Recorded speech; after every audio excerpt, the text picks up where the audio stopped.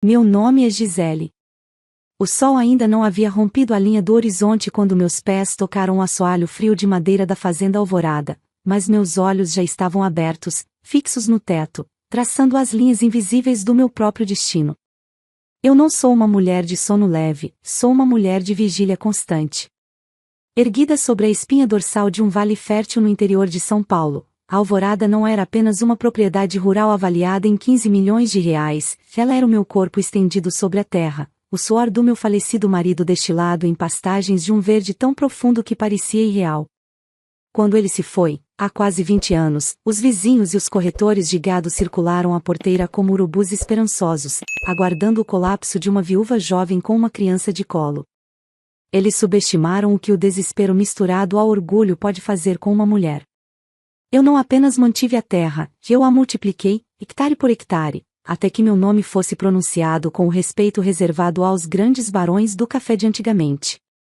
Caminhei até a varanda e o cheiro do orvalho misturado ao esterco fresco e ao café que acabará de passar invadiu meus pulmões, um lembrete sensorial de que eu era a rainha daquele domínio. A geada cobria as cercas com uma pátina prateada, e o gado Nelore, branco como nuvens baixas, começava a se mover ao longe. Beatriz, minha única filha, era o motivo de cada decisão impiedosa que tomei em salas de reuniões geladas na capital. Eu a criei para ser o oposto de mim, queria que suas mãos fossem macias, que seus olhos nunca tivessem que contar sacas de grãos para saber se haveria jantar no mês seguinte, e que seu único trabalho fosse ser feliz. Talvez esse tenha sido o meu erro capital. Enquanto eu endurecia como o couro das minhas celas, Beatriz crescia como uma orquídea em uma estufa, belíssima, rara e perigosamente vulnerável a qualquer mudança de temperatura. Naquela manhã específica, o silêncio da casa foi quebrado pelo som dos passos leves dela no corredor. Ela apareceu na porta da cozinha, vestindo uma seda clara que contrastava com a minha calça de brim surrada e botas de cano alto. Seus olhos brilhavam com uma luz nova, uma excitação que eu ainda não conseguia rotular. Ela se sentou à mesa, evitou o pão caseiro e ficou girando a colher na xícara de porcelana, um sinal claro de que algo borbulhava sob a superfície.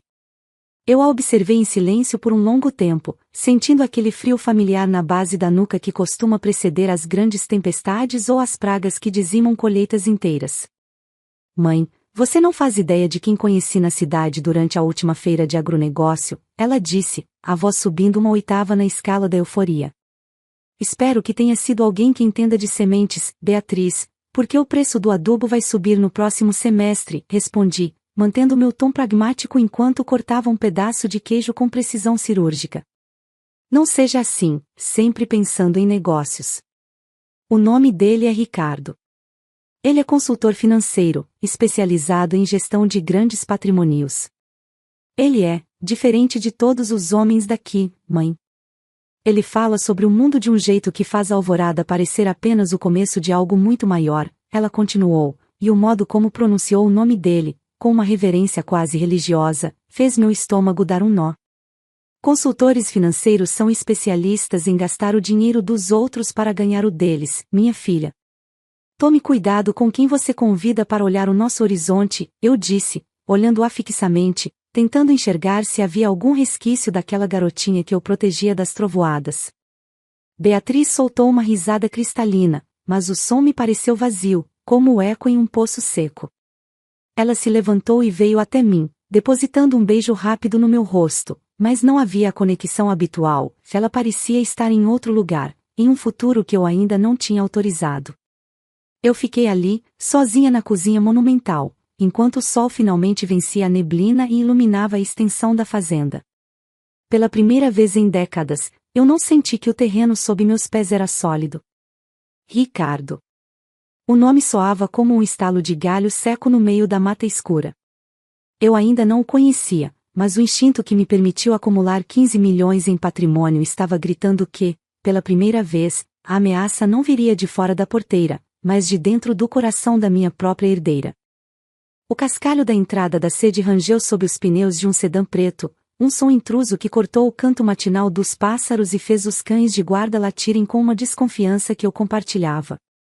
Eu estava na varanda, limpando uma cela antiga, um trabalho manual que sempre me ajudava a organizar os pensamentos, mas parei assim que a porta do carro se abriu. Ricardo saiu do veículo como se estivesse desembarcando em uma passarela de Milão, e não em uma fazenda onde a poeira e o barro não respeitam grifes. Ele era impecável demais, o terno azul marinho parecia não ter uma única ruga, e o brilho de seus sapatos refletia o sol de uma forma que me incomodou profundamente. Beatriz correu ao seu encontro com uma agilidade que ela raramente demonstrava para os assuntos da lida, e o abraço que trocaram teve uma intensidade que me fez apertar o couro da cela com força excessiva. Mãe, este é o Ricardo. Ricardo, está Gisele, a mulher que comanda tudo o que você está vendo, Beatriz anunciou, com as bochechas coradas e um orgulho na voz que me soou como um sinal de alerta. É uma honra incomensurável, Dona Gisele. Eu ouvi histórias sobre a sua tenacidade, mas as descrições não fazem justiça à presença que a senhora impõe, ele disse, aproximando-se com a mão estendida e um sorriso que mostrava dentes brancos demais, simétricos demais, artificiais demais. Na alvorada, as mãos costumam estar sujas de terra ou de graxa, Ricardo.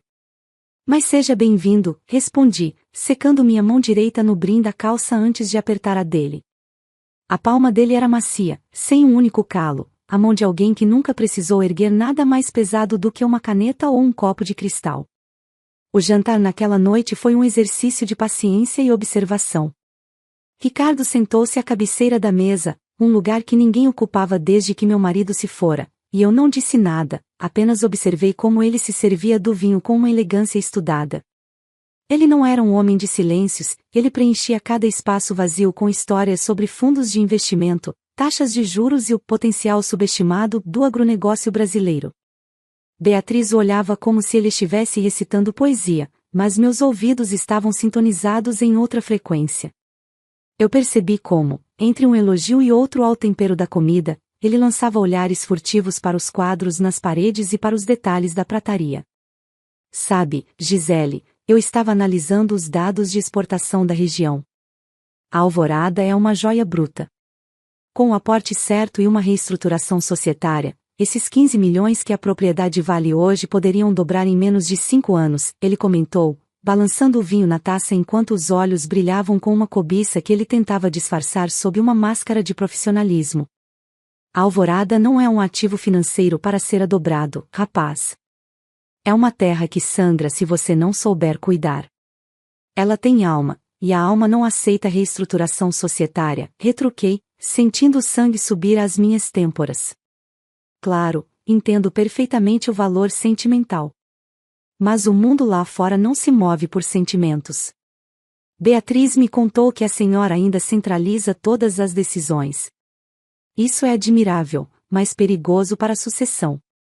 Um patrimônio desse porte precisa de blindagem, ele continuou, e a palavra blindagem saiu de sua boca com um peso metálico, como se ele já estivesse imaginando as fechaduras que colocaria nos meus portões. Minha mãe sempre foi muito protetora, Ricardo. Ela acha que ninguém pode cuidar da fazenda tão bem quanto ela, Beatriz interveio, tentando suavizar o clima, mas suas palavras soaram como uma traição silenciosa. Eu terminei meu jantar em silêncio, sentindo o gosto amargo da desconfiança. Ricardo continuou falando, desenhando cenários de grandeza e riqueza que pareciam fascinar minha filha, mas que para mim soavam como o canto de uma sereia tentando atrair um navio para as rochas. Ele era articulado, charmoso e perigosamente inteligente.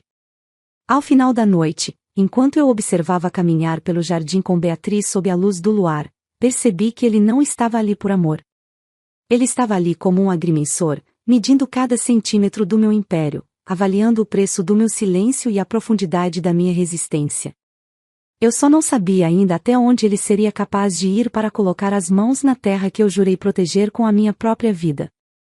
As semanas que se seguiram à chegada de Ricardo foram marcadas por uma mudança sutil, mas corrosiva, no ar da alvorada. Era como se uma névoa invisível estivesse se infiltrando pelas frestas das janelas, mudando o peso das palavras e a cor dos afetos. Eu observava da minha torre de comando, o escritório revestido de jacarandá onde guardo as escrituras e o histórico de cada bezerro nascido nestas terras. Ricardo não era mais o visitante cerimonioso, ele agora caminhava pela sede com uma familiaridade que me causava urticária. O que mais me enfurecia não era sua presença física, mas a forma como ele começou a usar Beatriz como um escudo e, ao mesmo tempo, como uma ferramenta de demolição contra a minha autoridade. Mãe, Ricardo deu uma olhada nos balanços do último trimestre que eu deixei sobre a mesa. Ele disse que estamos perdendo quase 8% de margem por pura teimosia em não diversificar o portfólio de grãos. Beatriz disparou durante o café da manhã, sem sequer me dar bom dia. Suas palavras não eram dela, o vocabulário técnico e a agressividade passiva tinham a assinatura dele. Beatriz, eu não lembro de ter autorizado ninguém a mexer nos meus livros contábeis. E esses 8% que ele chama de teimosia, eu chamo de segurança. Não aposto o futuro da nossa terra em algoritmos de alguém que nunca sentiu o cheiro de uma seca, respondi, mantendo a voz calma enquanto sentia o tremor de raiva nas pontas dos meus dedos. É exatamente isso que ele diz. Que você está presa no passado e que seu excesso de proteção está sufocando o crescimento da fazenda. Ele só quer ajudar, mãe. Ele tem planos para nós, para o nosso futuro, ela retrucou. E a forma como ela disse nós excluiu minha presença com uma precisão cirúrgica. Ricardo entrou na cozinha naquele momento, vestindo um colete de linho e exibindo aquele sorriso de quem detém todos os segredos do universo. Ele se aproximou de Beatriz e colocou a mão sobre o ombro dela, um gesto de posse que me fez querer expulsá-lo a chicotadas. Ele olhou para mim, não com o respeito do primeiro dia, mas com uma condescendência que me gelou o sangue. Gisele, não seja tão dura com a Bia. Ela só quer que a senhora tenha o descanso que merece. Uma propriedade de 15 milhões não deveria ser um fardo nas suas costas. Imagine a Alvorada operando sob uma holding, com gestão profissional. A senhora poderia viajar, morar na capital, deixar que os números trabalhem por você, ele disse, e o brilho em seus olhos ao mencionar o valor da fazenda era quase obsceno. A Alvorada nunca foi um fardo, Ricardo. Ela é minha vida. E sobre a holding, na minha terra a gente chama isso de colocar o lobo para cuidar do galinheiro. Eu sei exatamente onde cada centavo está enterrado neste chão, respondi, levantando-me e encarando-o de perto. O perfume dele, algo caro e amadeirado, parecia deslocado naquele ambiente que cheirava a pão fresco e terra. O problema de saber onde o dinheiro está enterrado é que, às vezes, a gente acaba ficando enterrada junto com ele. Não acha? Ele sussurrou, tão baixo que Beatriz, distraída com o celular, não pôde ouvir. Foi a primeira vez que ele tirou a máscara de bom moço para mim, e o que vi por baixo foi uma ambição fria e calculista. Naquela tarde, encontrei Beatriz no celeiro, olhando para o horizonte com uma expressão de melancolia que partiu meu coração. Tentei me aproximar, tentei falar sobre o noivado, sobre as flores que ela queria para o altar, mas a barreira estava erguida. Cada tentativa minha de alertá-la sobre as verdadeiras intenções de Ricardo era recebida com acusações de que eu era amarga e controladora. Ele havia conseguido o que todo manipulador busca, transformar o protetor em vilão. Eu voltei para o meu escritório e tranquei a porta, sentindo que a fazenda Alvorada, apesar de toda a sua vastidão, estava ficando pequena demais para o meu medo. Eu precisava agir. Mas como lutar contra um inimigo que dormia sob o meu teto e usava o amor da minha filha como arma de chantagem? O silêncio que se instalou na sede da Alvorada não era o da paz, mas o da asfixia. Ricardo havia se tornado um mestre em silenciar a casa sem precisar gritar uma única palavra. Ele operava nas sombras dos corredores, nos sussurros ao pé do ouvido de Beatriz e nos olhares que me lançava através do jardim, sempre carregados de uma vitória antecipada. Minha filha, que antes circulava pela fazenda com o vigor de quem conhece cada palmo de chão, agora passava os dias trancada no andar superior ou enfurnada no banco do carona do carro dele, partindo para a cidade sob qualquer pretexto. Ela estava sendo tecida em um casulo de dependência, e eu via, com o coração sangrando, a borboleta morrer antes mesmo de tentar voar. Beatriz, os vizinhos vieram para o almoço de domingo e você sequer desceu para cumprimentá-los. São pessoas que te viram crescer, que respeitam nossa história, eu disse, batendo a porta do seu quarto e encontrando-a sentada na beira da cama, com os olhos fixos em um catálogo de joias de luxo que Ricardo havia deixado sobre o lençol. Mãe, o Ricardo acha que essas amizades de interior só servem para nos atrasar. Ele diz que agora precisamos focar em pessoas que frequentam o clube de investimentos, gente que pode valorizar o nome da Alvorada na capital. ela respondeu, sem desviar o olhar do papel. Sua voz estava sem vida, como uma gravação sendo reproduzida sob comando. O nome da Alvorada não precisa ser valorizado por clubes, Beatriz. Ele foi valorizado por cada saca de grão que saiu desse galpão e por cada leilão que eu venci. Esse homem está te transformando em um fantasma dentro da sua própria casa. Eu explodi, sentindo a impotência me queimar por dentro. Ricardo apareceu no batente da porta como se tivesse sido invocado pelo meu desespero. Ele segurava uma taça de cristal com um líquido âmbar e exibia aquela postura irritantemente impecável. Ele não entrou no quarto, ele apenas ocupou o espaço, bloqueando a luz que vinha do corredor. Gisele, por favor, não altere o tom com a sua filha. Ela está sob muito estresse com os preparativos do casamento.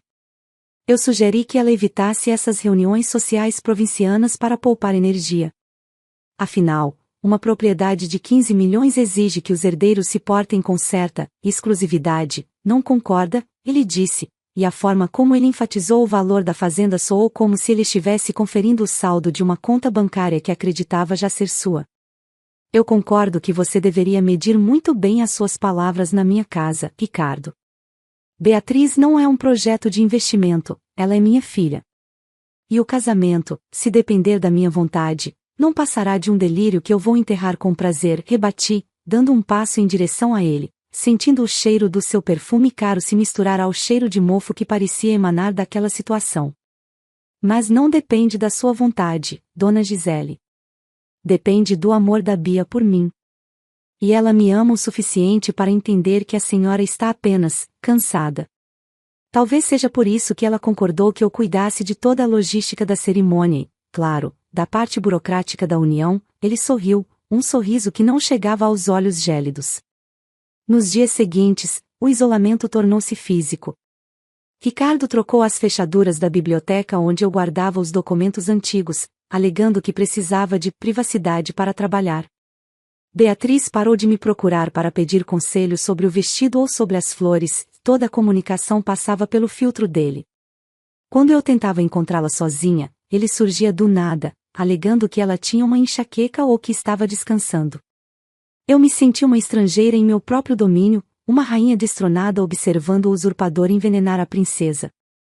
O casamento estava marcado, o convite era uma afronta dourada que circulava pela cidade, e eu sabia que, por trás das cortinas de seda que ele estava comprando com o meu crédito, uma armadilha estava sendo armada para o momento em que Beatriz dissesse as duas palavras que selariam o nosso destino. A atmosfera na Alvorada havia se tornado irrespirável, um pântano de segredos onde cada passo que eu dava parecia me afundar mais em uma areia movediça de incertezas. Ricardo já não escondia mais sua arrogância, que ele desfilava pelos corredores da sede com a pose de um herdeiro que apenas aguarda a leitura de um testamento. Mas ele cometeu um erro fundamental, ele esqueceu que eu conheço cada palmo desta terra e cada alma que nela trabalha. Enquanto ele se ocupava em escolher o buffet mais caro e as pratarias mais reluzentes para a recepção, eu comecei a me mover no escuro, usando os olhos e ouvidos daqueles que Ricardo considerava invisíveis. Dona Gisele, o moço do terno tem ido muito ao cartório da cidade. Ele não vai sozinho, leva a Dona Beatriz, mas ela sai de lá sempre com os olhos vermelhos, escondendo o rosto, sussurrou Tião, meu administrador mais antigo, enquanto fingia conferir os arreios no galpão de máquinas. Ele está forçando a mão dela em algo, Tião. Eu sinto o cheiro de papel queimado no ar. Fique de olho, não deixe que ele leve nenhum documento original da fazenda sem que eu saiba, respondi, sentindo um frio gélido percorrer minha espinha. A confirmação veio naquela mesma tarde, de uma forma que me fez perceber o tamanho do monstro que eu havia deixado entrar no meu ninho. Aproveitei que Ricardo havia levado Beatriz para uma prova final do vestido na capital e entrei no escritório. Ele havia trocado a fechadura, mas não contava que eu guardasse uma chave mestra da época da construção da casa. O ambiente cheirava ao tabaco caro que ele fumava.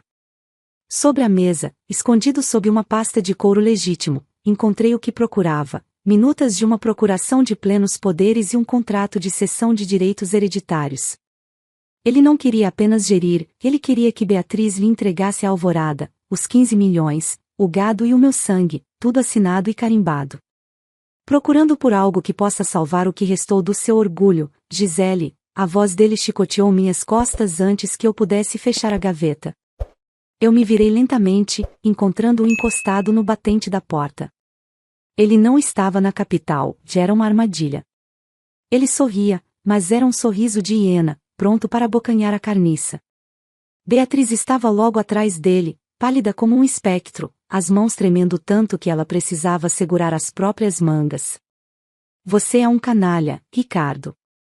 O que você está fazendo com a minha filha é crime. Eu vi os papéis.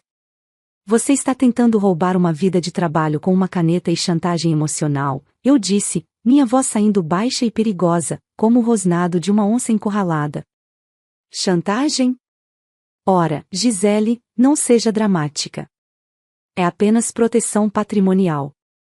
E quanto a Beatriz, ela faz o que eu mando porque ela sabe o que eu tenho contra você. Ela sabe que, se esse casamento não acontecer e as assinaturas não forem validadas, eu destruo a sua reputação e a dela com segredos que você achou que o tempo tinha enterrado. Ele caminhou até mim, invadindo meu espaço pessoal, o hálito de menta escondendo a podridão das suas palavras. Mãe, por favor, não diz nada. É melhor assim. Ele prometeu que depois que tudo estiver assinado, as coisas vão mudar. Só deixa o casamento acontecer, Beatriz soluçou, mas não ousou dar um passo em minha direção. Seus olhos gritavam um pânico que suas palavras tentavam esconder. Você ouviu a noiva, sogrinha. O altar está pronto, as flores estão compradas e os convidados estão ansiosos.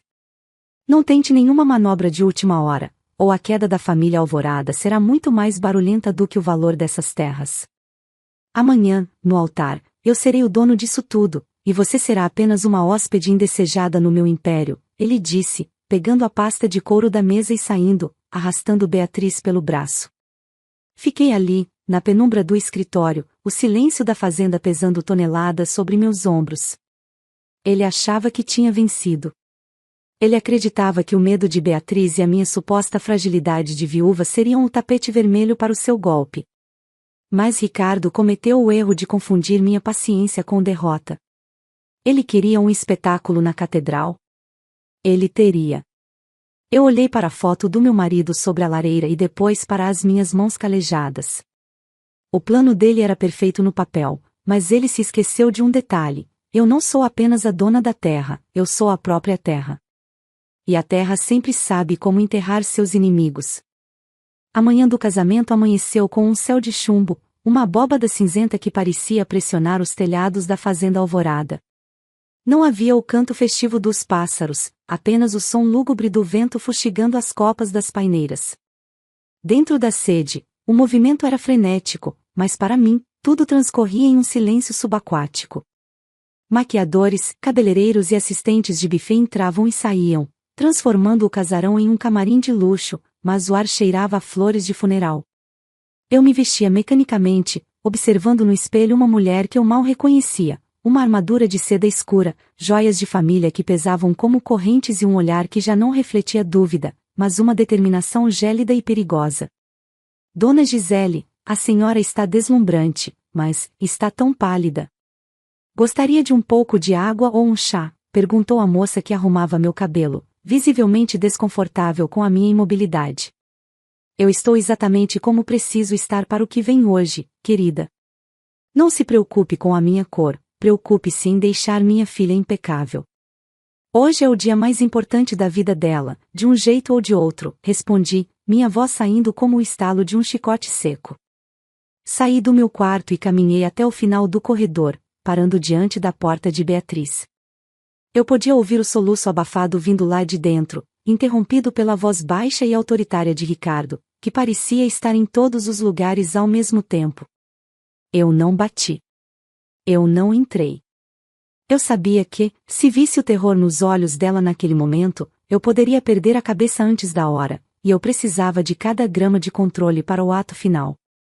Quando eles finalmente saíram, Ricardo estava radiante em seu smoking sob medida, uma imagem de perfeição que escondia a alma de um parasita. Ele passou por mim e inclinou a cabeça com um sorriso vitorioso, seus olhos brilhando com a antecipação de quem está prestes a arrematar um lote de 15 milhões em um leilão de cartas marcadas. Não se atrase, Gisele. O motorista já está a postos. Seria um pecado a mãe da noiva perder o momento em que a sucessão da alvorada se torna, oficialmente, um assunto de família, ele sussurrou ao passar, um hálito de arrogância que me fez cerrar os dentes até que minha mandíbula doesse. A viagem até a catedral na capital foi um desfile de sombras. Eu seguia no segundo carro, observando a paisagem mudar da terra vermelha para o asfalto cinzento, sentindo que cada quilômetro nos afastava da segurança do meu domínio e nos jogava para o palco que ele havia montado. Quando chegamos, a imponente catedral de pedra e vitrais parecia um monstro de boca aberta, pronta para engolir o futuro da minha filha. O tapete vermelho estendido na calçada era um rastro de sangue aos meus olhos. Convidados da alta sociedade, fotógrafos e curiosos se aglomeravam, todos ansiosos para testemunhar a união entre a herdeira da alvorada e o brilhante consultor financeiro. Está na hora, senhora, disse o segurança, abrindo a porta do carro. Eu saí e encarei a fachada da igreja. O sino começou a badalar, um som metálico que reverberava no meu peito como um aviso de guerra. Entrei na catedral sob o som de uma marcha nupcial que mais parecia uma marcha fúnebre. O perfume dos milhares de lírios brancos, pagos com o meu dinheiro para decorar a minha derrota, era tão forte que chegava a ser nauseante. Sentei-me no banco da frente, sentindo o olhar de Ricardo fixo em mim a partir do altar, um olhar que dizia, eu venci. Ele estava lá, esperando o seu prêmio. Mas enquanto eu ajeitava o vestido e sentia o pequeno volume do meu celular no bolso, onde as provas coletadas por Tião e meus investigadores particulares aguardavam o comando, eu soube que Ricardo havia cometido o maior erro da sua vida. Ele achou que o casamento era o fim do jogo, quando na verdade, era apenas o lugar onde eu o enterraria. As portas monumentais da catedral se abriram com um estrondo que pareceu deslocar o ar dentro do meu peito. A marcha nupcial explodiu nos tubos do órgão, uma muralha de som que fez as chamas das velas vacilarem, mas meu mundo se reduziu a um único ponto, a figura frágil de Beatriz emoldurada pela luz ofuscante da entrada. Ela não caminhava, ela flutuava como uma condenada em direção ao cadafalso. O vestido, uma nuvem de renda e seda que custará uma pequena fortuna, parecia pesado demais para seus ombros magros, e o véu escondia um rosto que eu sabia estar petrificado pelo terror. No altar, Ricardo a aguardava com uma postura de triunfo imperial, os lábios curvados naquele meio sorriso de quem já conta as moedas de um tesouro que não lhe pertence. Olhe para ela, Gisele. É a imagem da perfeição que o dinheiro e a obediência podem comprar, os olhos dele pareciam dizer enquanto ela avançava lentamente pelo corredor central. Eu estava sentada na primeira fileira, com as mãos cruzadas sobre o colo para esconder o tremor de fúria que percorria meus braços. Cada passo de Beatriz no tapete vermelho era uma pontada no meu coração.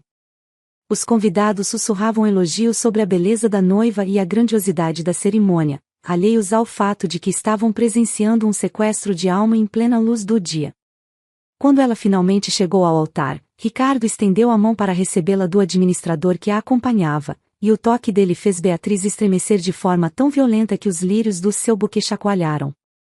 Estamos aqui reunidos, começou o padre, com uma voz monótona que ignorava o drama invisível que se desenrolava a poucos metros de distância. O ritual prosseguia como uma farsa macabra. Ricardo respondia às orações com uma firmeza ensaiada, enquanto Beatriz permanecia em um silêncio sepulcral.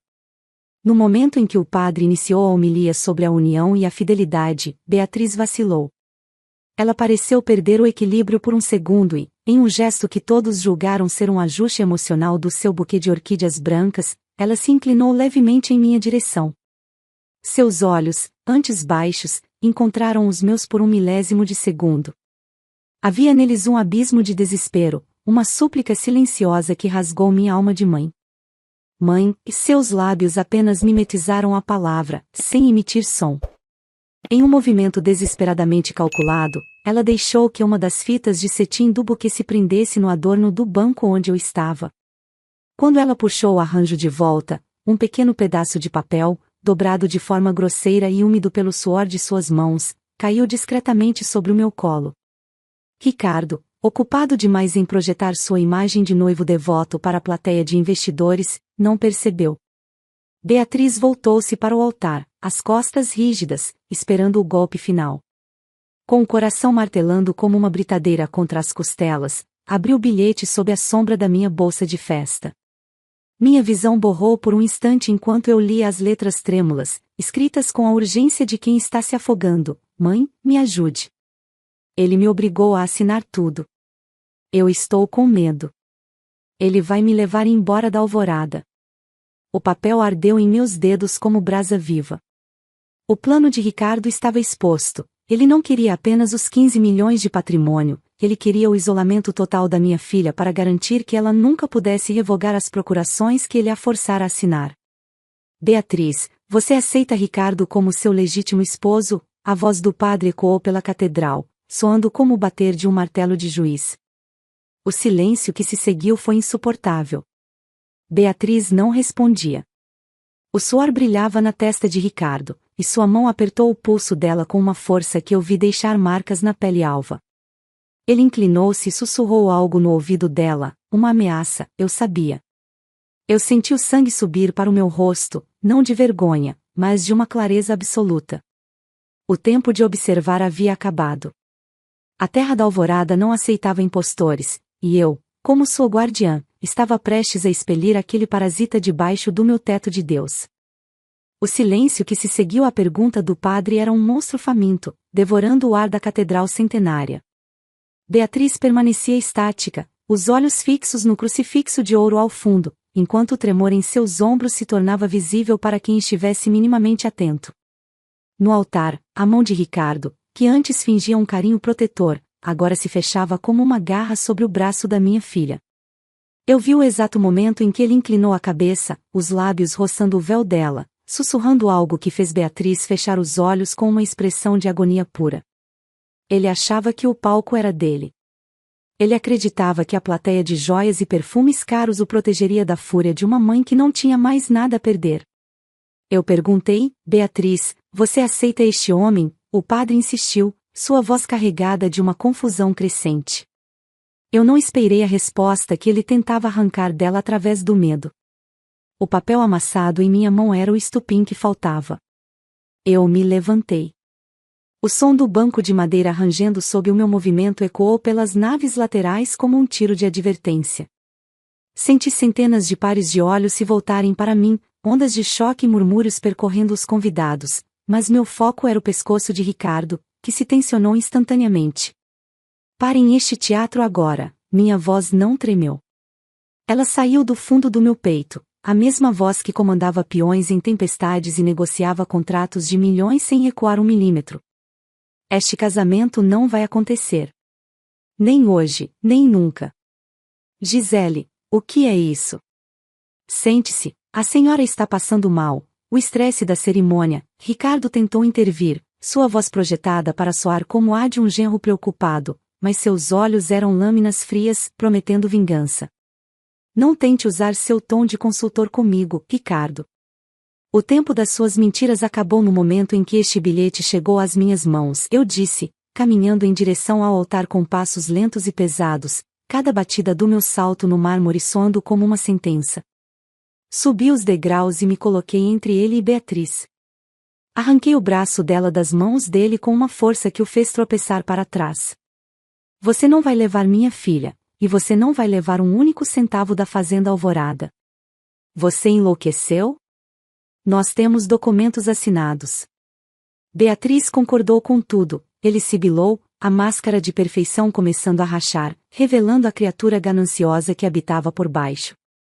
Documentos assinados sob coação e ameaça não valem o papel em que foram impressos, seu miserável. Você achou que eu era uma velha viúva distraída pelas flores do casamento?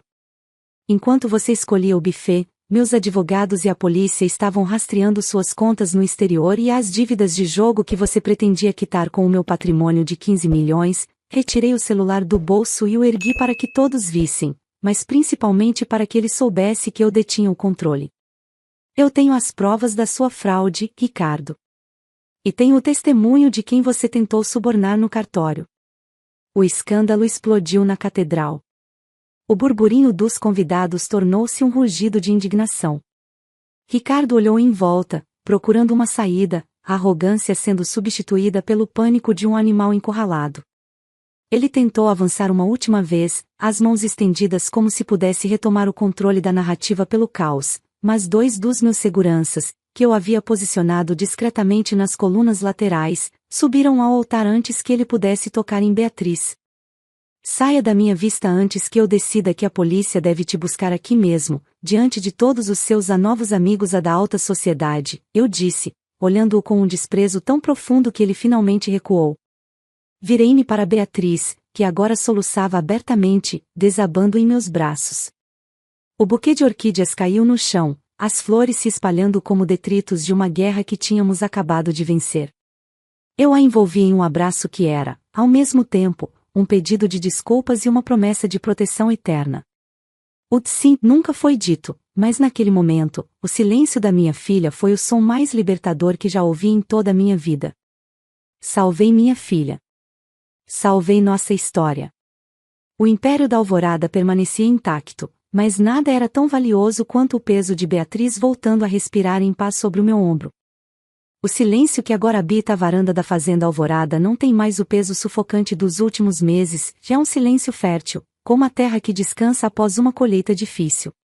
3 meses se passaram desde que o escândalo na catedral estampou as capas dos jornais da capital, transformando o casamento do ano no maior caso de estelionato emocional da década. Eu olho para o horizonte, onde o sol se põe tingindo de ouro os meus 15 milhões de reais em terras e gado, e sinto, pela primeira vez em muito tempo, que o ar entra nos meus pulmões sem encontrar resistência. A justiça dos homens é lenta, mas a minha foi implacável. Ricardo não desapareceu apenas da vida de Beatriz, ele foi apagado como uma mancha de óleo em seda pura. Com as provas que apresentei, os registros de coação, as assinaturas forjadas e o rastro de suas dívidas monumentais com agiotas que ele pretendia pagar com a venda de lotes da nossa fazenda, o processo criminal avançou como um trator sobre solo macio. Ele aguarda o julgamento em uma cela comum, despojado de seus ternos de grife e da arrogância que o sustentava. Soube, por meio dos meus advogados, que os mesmos investidores que ele tentava impressionar foram os primeiros a virar as costas, retirando qualquer apoio assim que o cheiro de fraude se tornou insuportável. Ricardo descobriu, da maneira mais amarga, que no mundo do agronegócio e das grandes fortunas, a reputação é a única moeda que não aceita falsificação. Beatriz, minha doce e agora resiliente Beatriz, passou as primeiras semanas após o altar em um estado de letargia, como se estivesse despertando de um coma profundo. O trauma psicológico deixado por Ricardo foi profundo, ele havia minado sua autoestima até que ela acreditasse ser incapaz de viver sem a sua tutela. No entanto, o tratamento com especialistas e, acima de tudo, o contato diário com a lida da fazenda, operaram um milagre. Ontem, eu a vi calçar as botas de couro e montar seu cavalo favorito para acompanhar Tião na contagem do gado. Ela ainda carrega cicatrizes no olhar, uma cautela que não existia antes, mas há uma nova força em sua voz. Mãe, eu nunca mais vou deixar ninguém segurar a minha mão com tanta força que eu não consiga sentir o pulsar da minha própria vida, ela me disse durante o almoço, e aquelas palavras valeram mais do que qualquer saca de grão que já colhi. Tião e os outros funcionários, que foram meus olhos e ouvidos quando eu estava cega pela negação, receberam bônus que mudaram a vida de suas famílias, mas a lealdade deles não foi comprada, foi reafirmada. O administrador que Ricardo tentou subornar no cartório foi demitido e responde a processo por conivência, servindo de exemplo para qualquer um que ouse pensar que a Alvorada é território sem lei. Eu limpei a casa, literalmente e figuradamente. Cada móvel que Ricardo tocou, cada objeto que ele escolheu, foi doado ou queimado.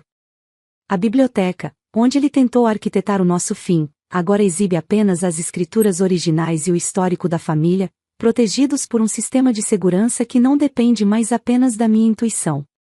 Enquanto a noite cai e as primeiras estrelas surgem sobre o pasto, eu percebo que a grande superação não foi salvar os 15 milhões ou expulsar o impostor.